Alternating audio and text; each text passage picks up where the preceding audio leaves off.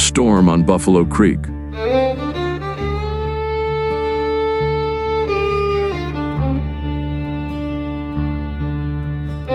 The sky had held a peculiar cast all day, that greenish-yellow tinge that old-timers in McDonald County knew meant trouble.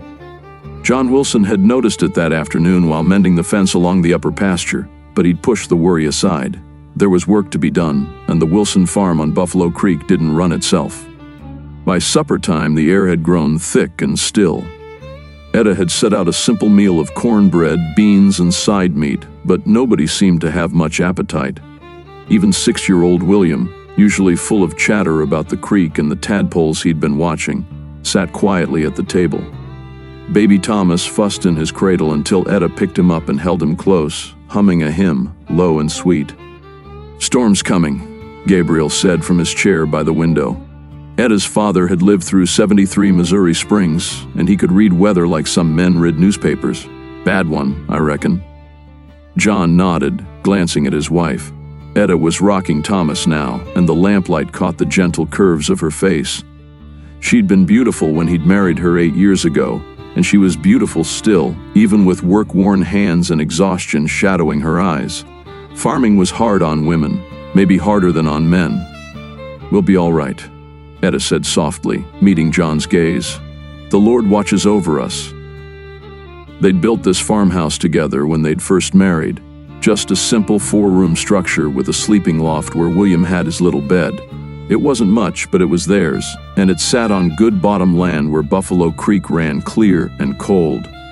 John had always felt blessed here, blessed with his family and this small piece of the Missouri Ozarks.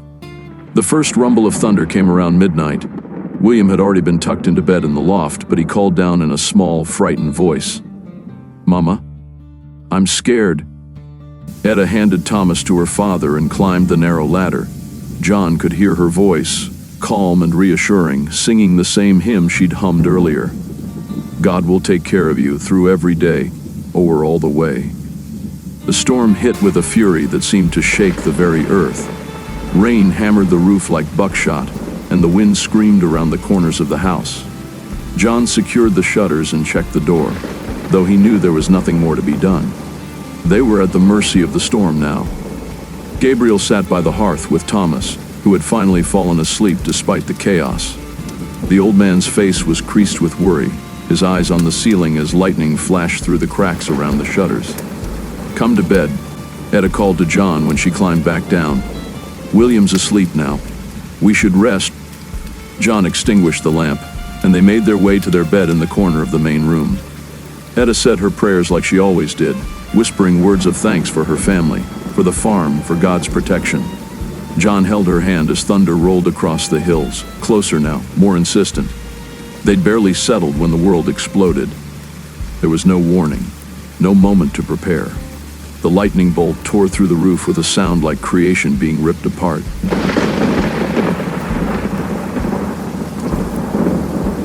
In the brilliant, searing flash, John saw Etta's face, saw her eyes go wide with surprise, and then she was gone. Just like that. One moment she was beside him, warm and alive, and the next she was still, her chest charred where the bolt had entered. John tried to cry out, but he couldn't draw breath. The lightning had struck the bed, and already flames were licking at the quilts Etta had sewn, catching on the straw-tick mattress. He tried to move, to reach for her, to get away from the fire, but his body wouldn't obey. The pain came then, washing over him in waves that made him wish for death. From the loft, he heard William scream, a sound that would haunt him forever. His boy had been struck too, though not as directly as Etta. Gabriel was shouting, but John couldn't make out the words through the roar of the fire and the continued rage of the storm. The night stretched into an eternity.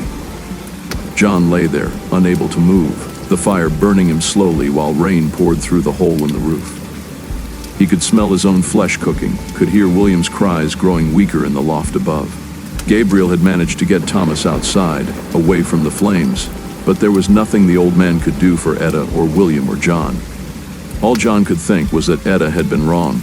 The Lord hadn't watched over them. Or perhaps this was the Lord's watching, this incomprehensible tragedy that had destroyed his family in a single bolt of divine fire. William died as dawn broke. his small body unable to endure what the lightning had done to him. John survived, though there were many times in the weeks that followed when he wished he hadn't. The burns healed slowly, painfully, leaving him scarred in body and soul. They buried Etta and William together in the little cemetery on the hill overlooking Buffalo Creek. It was 2 days after Easter Sunday, and the dogwoods were blooming white against the new green of the woods. Gabriel stood beside John holding baby Thomas while neighbors from up and down the creek valley gathered to pay their respects.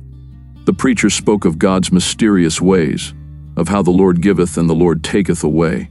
John heard the words but couldn't reconcile them with the memory of Etta's face in that last flash of light, couldn't make sense of a world where William's laughter would never again echo across the pastures. In the years that followed, John would rebuild the farmhouse, would watch Thomas grow, would work the land that Etta had loved. Nonetheless, part of him remained forever in that terrible night, in the moment when lightning and fire had stolen everything that mattered, leaving him alive to carry the weight of loss. The 1890 Easter night storm on Buffalo Creek became a story that people told in McDonald County, a reminder that life in the Ozarks could be beautiful and brutal in equal measure, that tragedy could strike as swift and sure as lightning from a spring sky, and that sometimes all we can do is endure,